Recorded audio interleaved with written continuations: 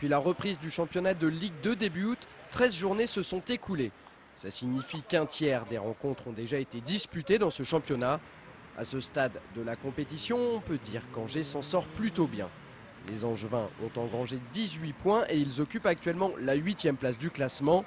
Alors même si le bilan est positif, il n'empêche que les scoïstes ont vécu un début de saison en dents de scie. On a commencé très fort championnat. Après peut-être qu'on s'est vu un peu trop beau peut-être et on l'a payé cash derrière. On a su se ressaisir et bon, c'est reparti. Et c'est vrai qu'Angers avait réalisé un début de saison fracassant. Le SCO au mois d'août, c'est 2 victoires et 2 nuls en 4 rencontres.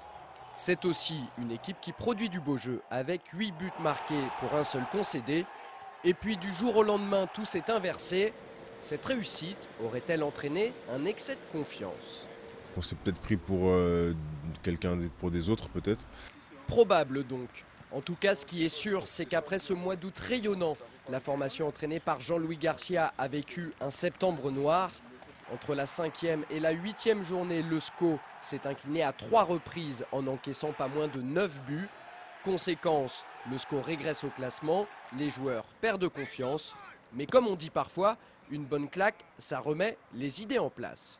Je crois que ce mois de septembre nous a servi de leçon.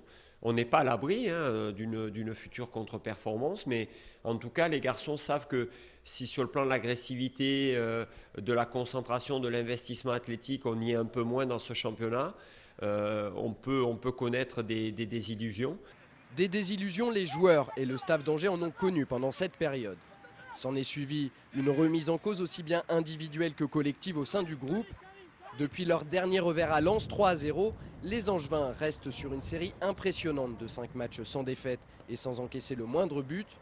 Après un mois de septembre inquiétant, octobre a été beaucoup plus rassurant et satisfaisant. On a vraiment retrouvé ces talents mental et technique et physique sur le terrain qui fait qu'au jour d'aujourd'hui, on a ces performances-là, mais il faut pas se relâcher. C'est pas un hasard si on a eu ces résultats-là, c'est parce qu'on a fait vraiment ce qu'il fallait et à l'entraînement et sur le terrain le jour du match pour y arriver. Donc mois d'octobre positif, mais attention, c'est pas forcément non plus quelque chose ou un aboutissement. Ça c'est sûr, le chemin est encore long avant le soir de la 38e journée. Et il le sera encore plus si le SCO n'arrive pas à régler les problèmes qu'il rencontre à l'extérieur. À l'extérieur, pour le moment, on ne bonifie pas en termes de victoire, mais c'est vrai qu'on a été capable de faire nul sur plusieurs terrains difficiles et compliqués. Maintenant, où on a un vrai déficit, c'est qu'aujourd'hui, on a été capable de marquer simplement 2 fois à l'extérieur et ce n'est pas suffisant pour prétendre ramener des points. Autant au stade Jean-Bouin, le bilan est vraiment intéressant côté angevin. Au classement des rencontres à domicile, Angers est 5e avec 4 victoires, 2 nuls et 1 défaite. La Banda Brunel y a inscrit 14 buts en 7 matchs. Autant loin de leur base, les scoïstes ont vraiment du mal.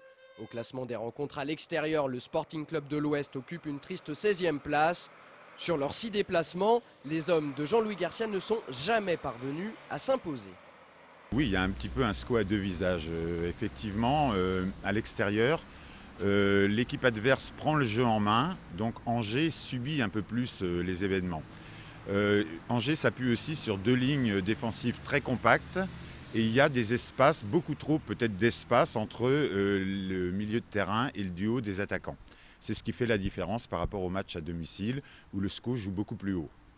Si le club angevin arrive à obtenir le même rendement à domicile qu'à l'extérieur, ce SCO version 2008-2009 sera à coup sûr un très bon cru.